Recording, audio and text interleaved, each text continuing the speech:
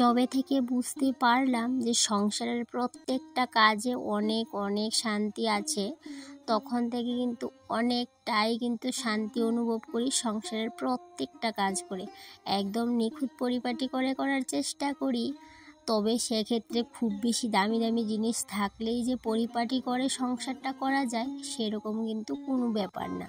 তো যাই হোক বন্ধুরা, গুড মর্নিং সবাইকে। কেমন আছো সবাই? আশা করছি রাধা মাধবের কৃপায় সবাই ভালো আছো। সকালের সমস্ত কাজবাজ শেষ করে নিয়েছি, আর যখনই চা খেতে গেলাম তখন গিয়ে দেখি চা পাতা নেই কৌটোতে। তো আর কি, চট করে চা পাতাটা কৌটোতে ভরে নিলাম। তারপরে এই যে স্পেশাল করে আমার জন্য চা করে নিয়েছি, কারণ এখন তো বাড়িতে কেউ নেই, হাজব্যান্ডও বেরিয়ে গেছে, ছেলেও স্কুলে চলে গেছে।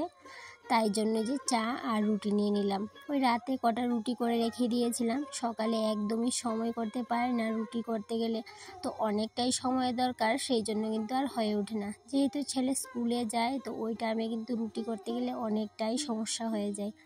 তো তারপর চা খাওয়ার পর এদিকে ভাবলাম যে এই জায়গাটা একটু পরিষ্কার করে নেই, কারণ এই যে একটা তেল চিটচিটে একটা ব্যাপার, মানে ভীষণ হয়ে গেছে তেল চিটচিটে। এই আমার প্লাস্টিকের র্যাকটা কি অবস্থা হয়েছিল, তোমরা একদম নিজের চোখে না দেখলে বুঝতেই পারবে না, মানে এত তেল চিটচিটে হয়েছিল। তাই জন্য একটু সার্ফ নিয়ে একটা কাপড় ভিজিয়ে সেই ভেজা কাপড়টা দিয়ে কিন্তু ভালো করে তেল চিটচিটেটা ছাড়িয়ে নিলাম। এবার জায়গার জিনিস তো আবার জায়গা মতো রাখতে হবে, তো তাই জন্য আবার সমস্ত গোটা জিনিস মুছে মুছে জায়গা মতো রাখতে হচ্ছে। তো কাপগুলোকে জায়গা মতো রেখে দিলাম। এবার যখন কৌটোগুলো রাখতে গেলাম তখন দেখি সমস্ত কৌটোগুলোর মুখটার মধ্যে না তেল চিটচিটে একটা ব্যাপার হয়ে আছে।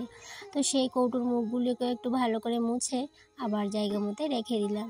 তো আজকে ভেবেছিলাম এই যে র্যাকটা যে এখানটায় রাখা থাকে, তো ওই র্যাকটাকে সরিয়ে এই জায়গার মধ্যে একটা অন্য পত্রিকাটা ওঠানোর একটা প্ল্যান ছিল। তো এই জায়গার মধ্যে আমি ভেবেছিলাম অন্য একটা প্লাস্টিক জাতীয় কিছু মানে পাতানোর ইচ্ছে ছিল, কিন্তু আজকে আর হয়ে ওঠেনি। ওই যে রান্নাটাও সারতে হবে, কারণ অনেক কাজ আজকে, যেহেতু বৃহস্পতিবার, চট করে কিন্তু রান্নাঘরের সমস্ত কাজবাজ শেষ করতে হবে।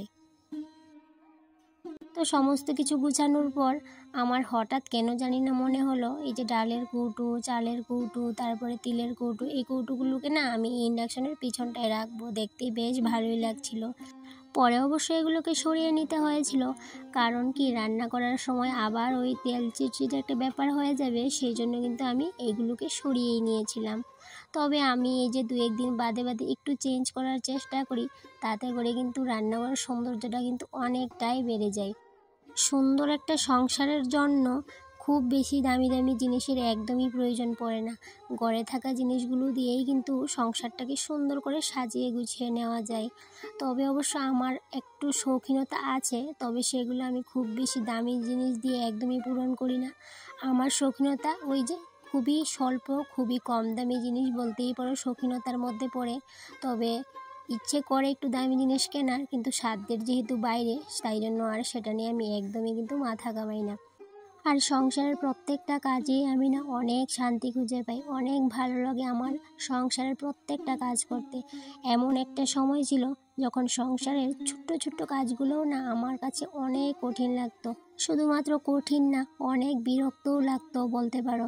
তো এখন কিন্তু সংসারের সমস্ত কাজে আমি ভালোবেসে বুদ্ধি দিয়ে করতে অনেকটাই ভালোবাসি। আর বুদ্ধি দিয়ে সংসারের সমস্ত কাজবাজ করতে হয়, তাহলেই সংসারের সমস্ত কাজ একদম সহজ হয়ে যায়। আমরা অনেক গৃহিণীরাই আছি যে সংসারের অনেক অনেক কাজের চাপে মনের মধ্যে বিষণ্ণতা জমাতে জমাতে এতটাই বড় আকার নিয়ে নেয়, তখন কিন্তু সেগুলো আর কারোর সাথেই প্রকাশ করতে পারি না। তখন কিন্তু এই যে একটাই মাধ্যম খুঁজে পাই, সেটা হচ্ছে ফেসবুক। তো আমরা কি করি, আমরা সেখানটাই কিন্তু ভুল করি, যা আমরা মনের ভাবনাটা সেখানটাই কিন্তু প্রকাশ করতে যাই। অনেকেই দেখি কি করে বলো তো, যদি কারোর একটা পোস্ট দেখেছে যে ওর লাইফের সাথে মিলে গেছে, তখন ওই পোস্টটা না শেয়ার করছে। তো আমি মনে করি যে সংসারের সমস্যাটা নিজের সংসারের মধ্যে রাখাই কিন্তু দরকার। সংসারের সমস্যাটা মানে ফেসবুকে আমরা যদি সেটা শেয়ার করি হয়তো বা নিজের মনটা একটু হালকা হয়, কিন্তু সেটা শেয়ার করার ফলে আমাদের আশেপাশের যে মানুষগুলো আছে তাদের ভাবনাটা কিন্তু একটু অন্যরকম হয়ে যায়। আর আমি মনে করি সেক্ষেত্রে নিজের সংসারটাকেই ছোটো করা হয় সেখানে। কারণ সংসার যেহেতু আমার, সংসারটাকে কী করে চালাতে হবে, কী করে সেটাকে এগিয়ে নিয়ে যেতে হবে, সেটার দায়িত্বটা কিন্তু আমাদের উপরেই। যেহেতু আমরা গৃহিণী, আমাদের কিন্তু অনেক কিছু মানিয়ে গুছিয়ে নিতে হয়।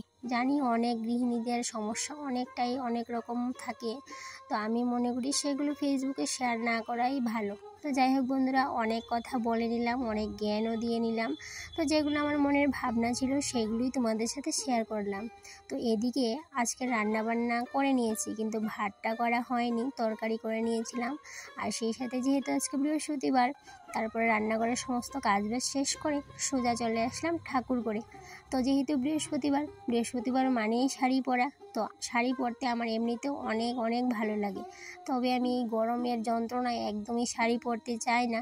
সারাদিন শুধু মাথার মধ্যে একটা জিনিসই এখন ঘুরপাক খেতে থাকে, যে কখন কোন কাজটা করতে হবে, কখন কোন কাজটা কিভাবে গুছিয়ে করব, আর কোন কাজটা আগে করলে সহজ হবে। তো সবগুলো কাজ আমি একদম ঠিক টাইমের মধ্যে করতে পারবো, সেগুলো নিয়েই না আমি অনেক ব্যস্ত থাকি। আর একদমই কিন্তু বাইরের কথা বা কারুর উপর যদি রাগ অভিমানও থাকে, সেগুলো না এখন আমি কারোর সাথে প্রকাশ করতে একদমই ইচ্ছা করে না আমার। তো সেটা একদিকে ভালোই, কারণ কারোর সাথে কারোর মনের কথা একদমই শেয়ার করা উচিত না। কারণ একদম মনের কথা শেয়ার করতে গেলে অনেক সমস্যায় পড়তে হয়, সেটা আমি অনেকবারই পড়েছি।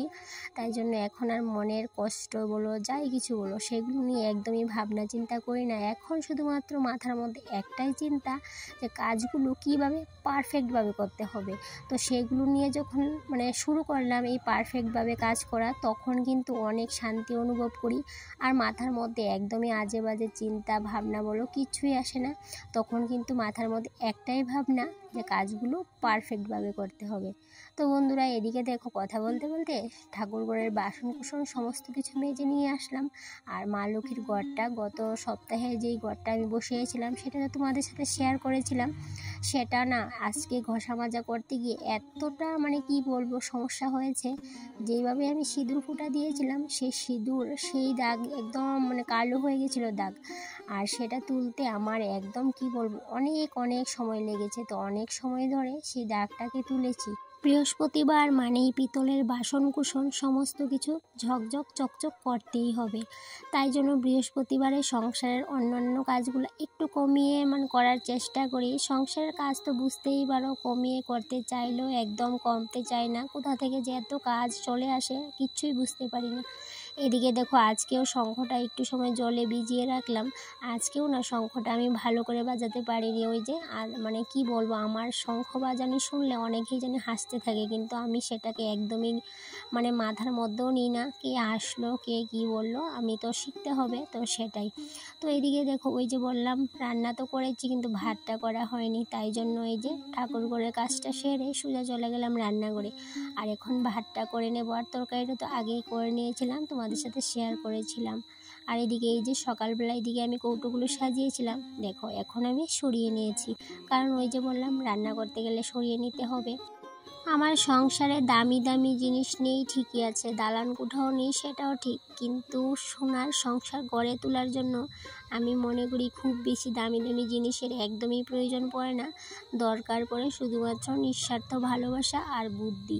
তো এই যে দুটো জিনিস যদি আমরা দিয়ে সংসারের প্রত্যেকটা কাজ করি, তাহলে কিন্তু সংসারটা এমনিতেই হাসি দিয়ে একদম উজ্জ্বল হয়ে থাকবে। তো যাই হোক বন্ধুরা, এদিকে দেখো এই যে রান্নাবান্না করার পর আমি কিন্তু এই যে কটা দিন হলো রান্নাঘরে খাওয়া দাওয়া একদমই বদ্ধ। আমি সোজা ভাত নিয়ে ওই ঘরে চলে যাই, কারণ ওই এত গরমের মাঝে একদমই খেতে ইচ্ছা করে না। আর আজকে তো দেখলেই কি রান্না করলাম। আর আমি এমনিতেও সাম রান্না করাটাই বেশি ভালোবাসি, মাছ মাংস থেকেও। এই যে আজকে ডেকির শাকটা ভাজা করলাম একদম সিম্পলভাবে, সেটার সাথে এক টুকরো পেঁয়াজ নিলেই বেশ, আমার কিন্তু দারুণ লাগে। তাহলে বন্ধুরা আজকে এই পর্যন্তই, আবারও দেখা হবে পরবর্তী কোনো একটা ব্লগে। টাটা।